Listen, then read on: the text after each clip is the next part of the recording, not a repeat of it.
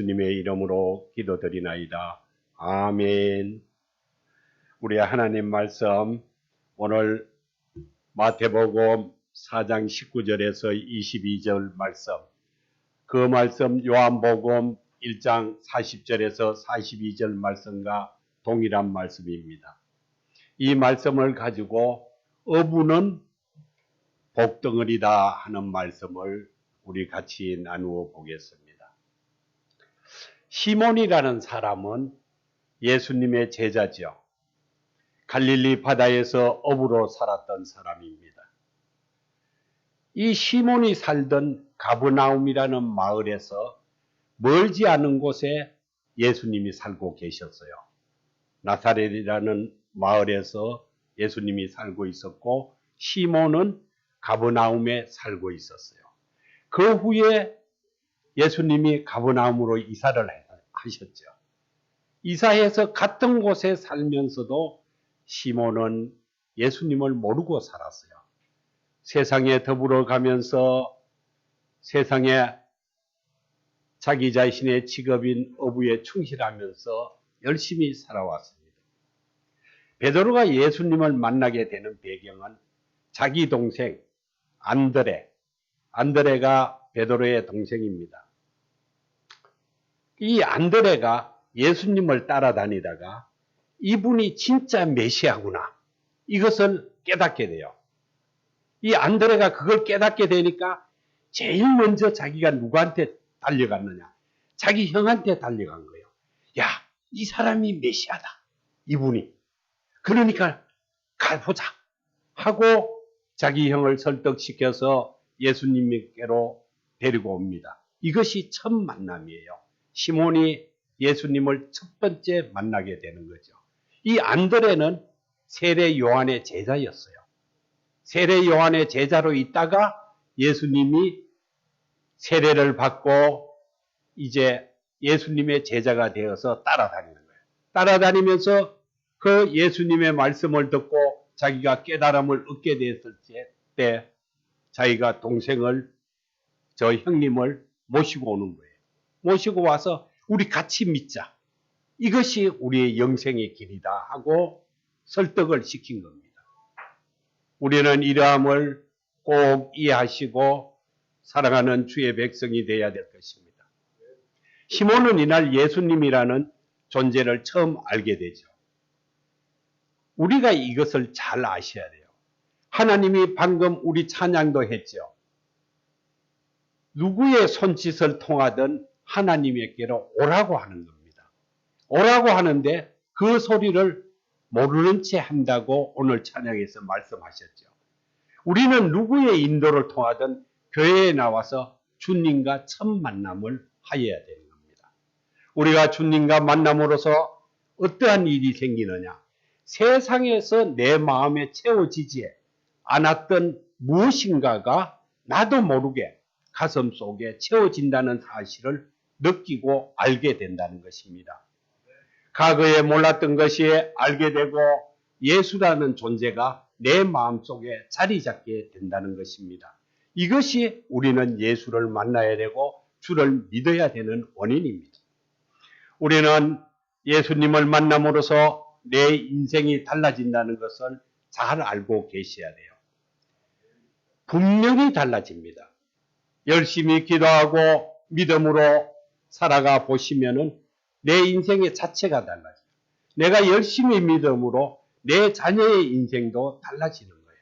나로 인해서 달라지는 거예요.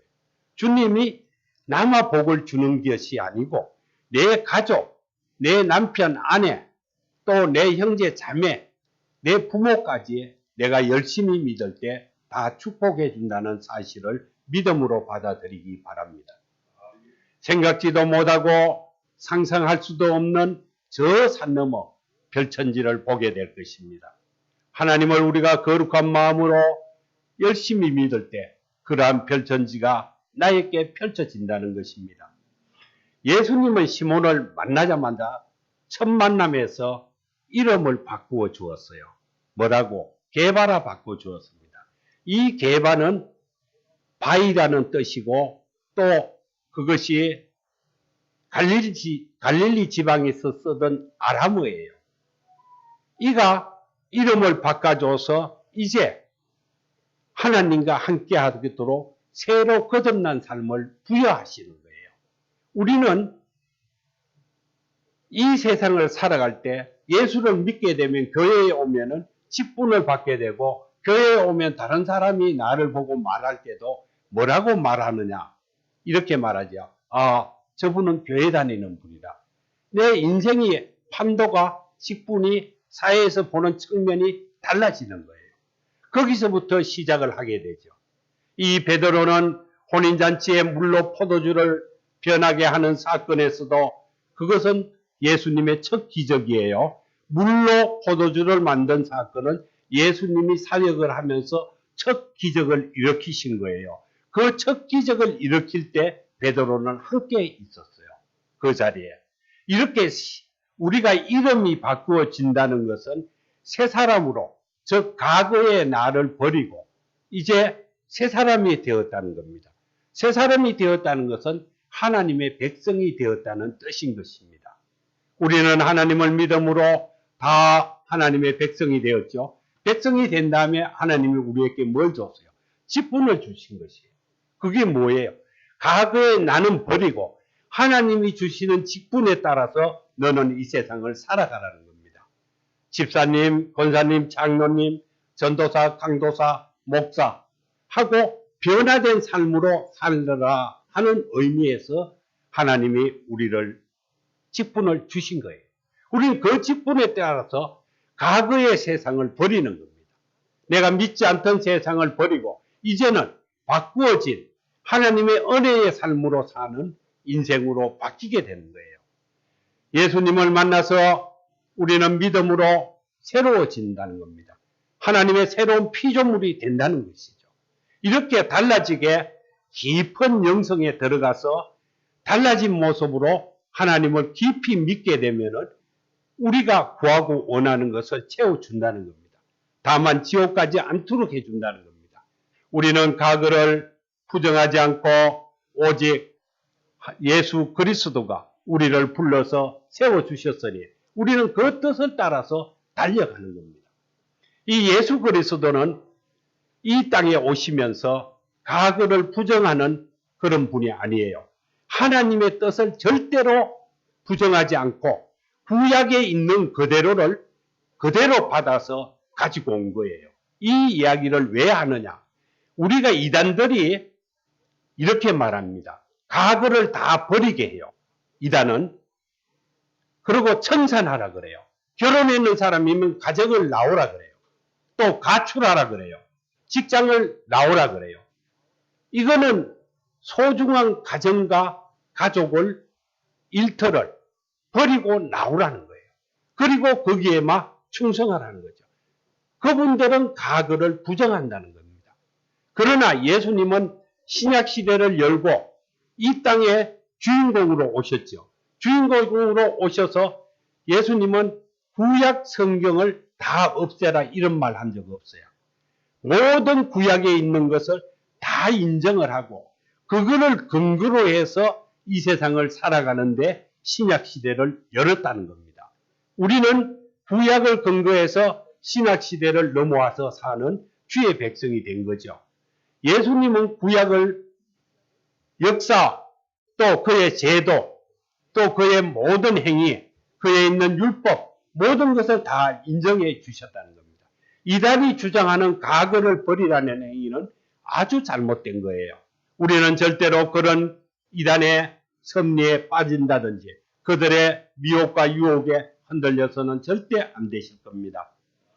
열심히 기도하고 하나님을 섬기며 살아가는 것이 우리의 삶이에요.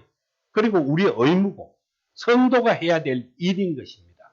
예수님을 믿는 한 여자가 성경에 보면 있습니다. 이 여자가 결혼할 당시에 결혼을 한 후에도 자기하고 같이 사는 남편이 예수를 믿지 않아요.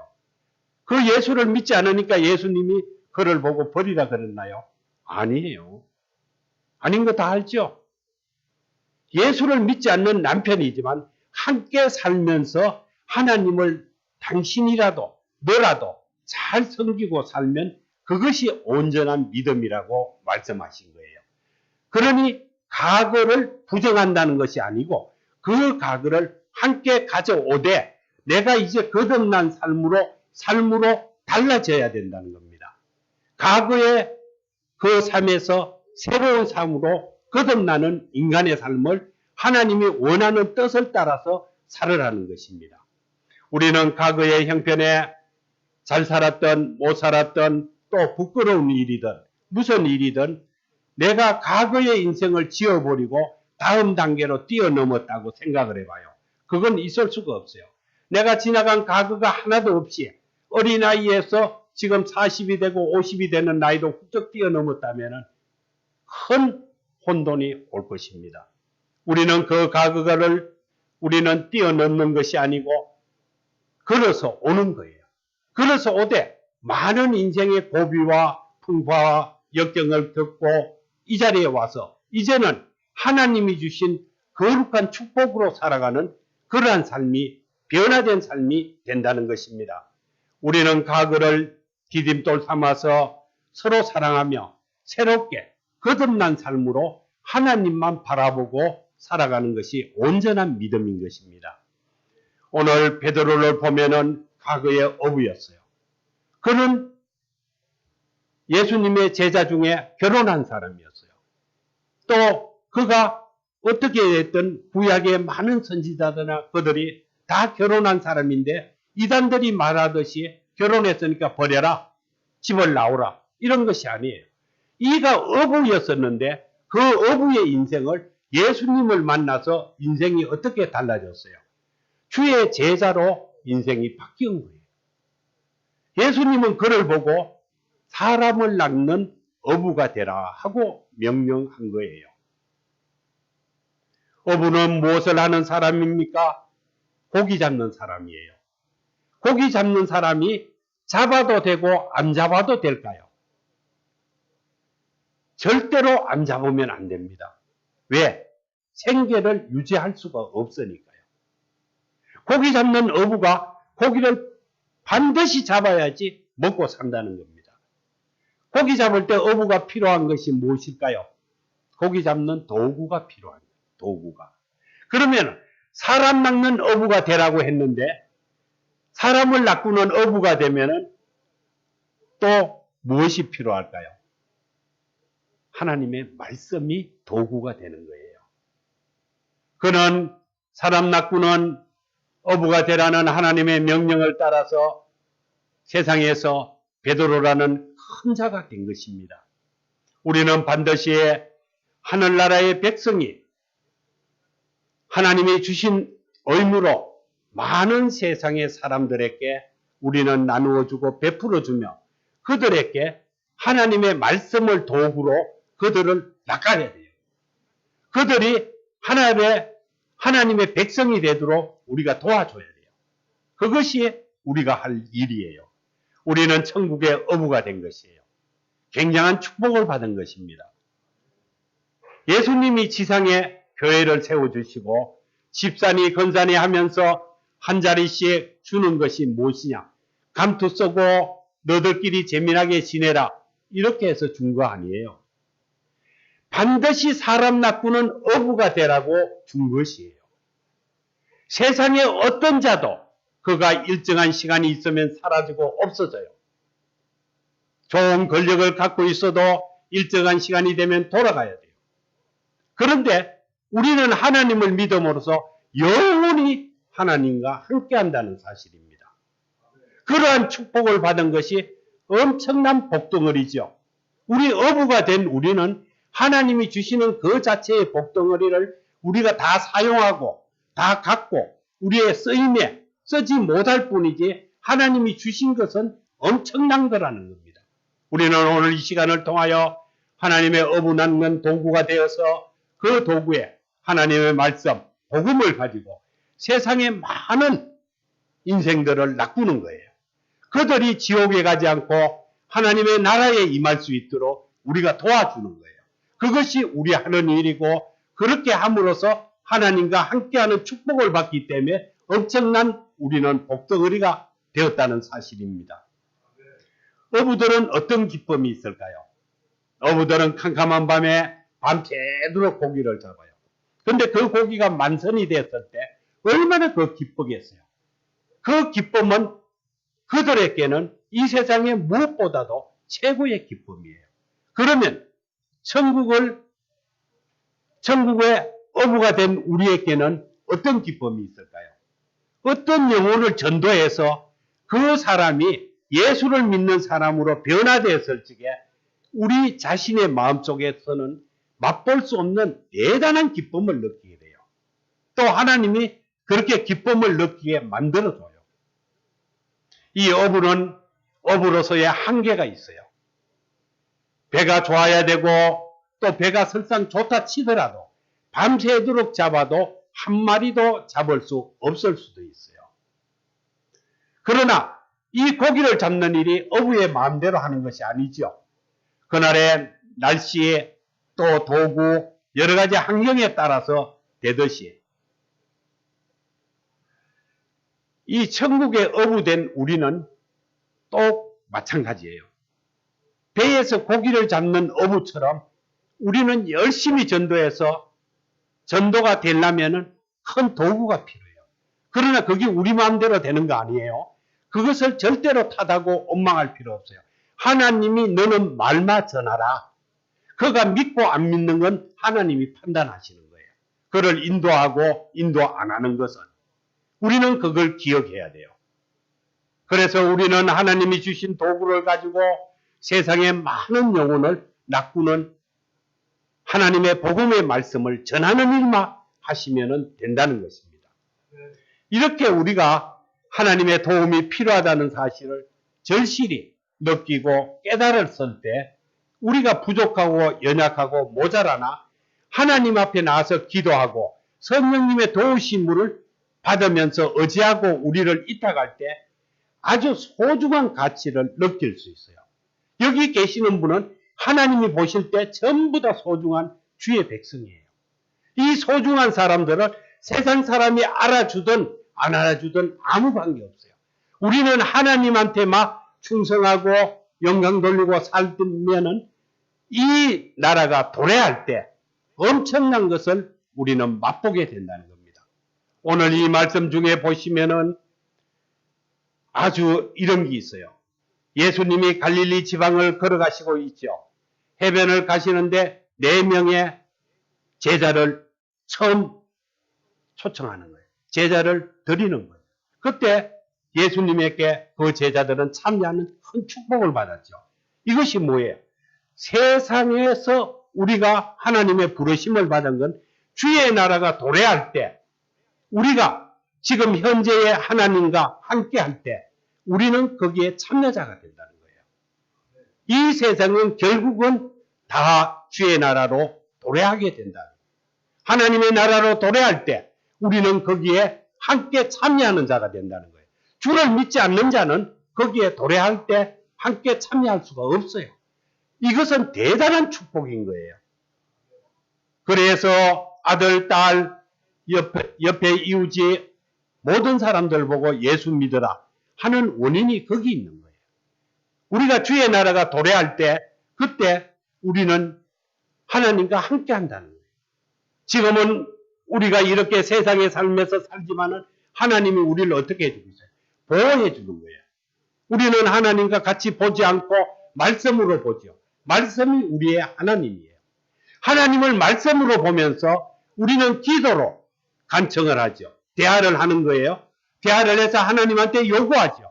하나님은 그걸 말씀으로 우리에게 주시는 거예요. 주신 그 말씀에 기도의 응답도 그 속에 다 들어있습니다. 그런데 우리는 그걸 갖지 못하는 자가 있으며 갖는 자가 있고 약간의 신앙의 믿음의 차이는 서로 구별되어 있다는 사실입니다. 그러나 우리는 열심히 내가 하나님을 믿을 때 모든 것이 다 된다는 겁니다. 우리가 세상에서 살면서 부자 되는 거, 유명해지는 거, 그것이 자기 인생의 소망을 삼고 살아요. 우리는 하나님을 믿는 사람은 그런 데 소망을 두는 거 아닙니다. 그 자들은 세상에서 엉뚱한 것에서 행복을 찾고 헤매죠. 그것은 엄청난 자기 자신의 기쁨이라 생각해요. 성공하는 자나 자기가 가장에서 부장되거나 또 자기가 도지사가 되거나 국회의원이 되거나 대통령이 되면 그 대단한 건 잠시 잠깐이에요. 어느 날 그건 없어져요. 시간이 되면. 그러나 우리는 구세주로 영접한 예수 그리스도와 함께하는 삶은 절대로 없어지지 않는다는 사실입니다. 다른 어떤 거하고 비교할 수 없는 기쁨이라는 거예요. 그 기쁨이 우리는 영원 복락을 하나님과 함께 누린다는 거예요. 이것을 우리는 새해 첫 예배 시간을 통하여 우리가 영광으로 받고 기쁨으로 믿음으로 받아야 할 것입니다. 세상에서 주는 기쁨은 잠시 잠깐 있다가 사라지는 이슬과 같습니다. 세상의 어떠한 행복도 기쁨도 시간이 지나면 퇴색되고 사라져 버린다는 것입니다. 하나님을 믿는 우리의 기쁨은 주님과 동행하는 삶, 영원히 영생을 얻는 기쁨의 삶이고 하나님을 믿음으로 우리가 소유하는 거예요. 하나님의 족속이 되는 거예요. 이게 얼마나 큰 복덩어리입니까? 우리는 하나님을 보고 아버지라 부르죠. 세상 사람들은 절대로 아버지라 부를 수가 없어요. 그들은 부르라 그래도 연습으로도 부르지 못해요. 우리는 어떻게 부를까요? 하나님의 자녀가 됨으로써 부르게 된 것이에요. 이것은 천지를 창조하신 여호와 하나님이 우리에게 대한 큰 축복을 내려주니 대단한 기쁨의 축복입니다. 이런 축복을 우리에게 주어진 것은 특권입니다. 이 세상에 사는 모든 영혼들 중에 예수를 믿는 자만이 특권인 거예요. 특권에 있는 우리는 큰 축복의 삶을 늘 살기를 기원해야 해요. 우리가 2021년은 사람을 낳는 어부의 삶으로 하나님이 기뻐하시는 일만 하시고 항상 주님의 은혜로 성령 충만한 삶으로 기쁨과 즐거움으로 우리가 한 해가 만사 형통하기를 하나님께 구하고 간구하면서 우리는 이 해를 보내고 살기를 기원드립니다. 기도드리겠습니다. 사랑하는 하나님 아버지, 우리는 이 시간 하나님 아버지의 진정한 감사를 드립니다. 우리가 무엇보다 복음에 관심을 갖고 사람들을 대할 때 하나님 우리를 도와주시고 코로나19로 대면하지 못하는 마당에 이럴수록 더욱 우리가 깨어있게 하여 주시옵소서. 새해 첫 주일을 주심으로 감사드리며 2021년은 우리 모두가 평강과 평안이 안주하여 만사 형통함을 누리고 하나님 아버지의 은혜로 부하고 강하게 역사하여 주시옵소서. 우리는 주님의 말씀을 따라 많은 영혼을 낳는 어부가 되게 하여 주시옵소서. 연약한 우리에게 힘과 능력을 주시고 우리 형제 자매 남편과 아내들 우리 부모까지의 기쁨과 즐거움으로 주님 이 세상에서 평강을 누리며 살게 도와주시옵소서. 예수 그리스도의 이름으로 기도드립니다. 아멘.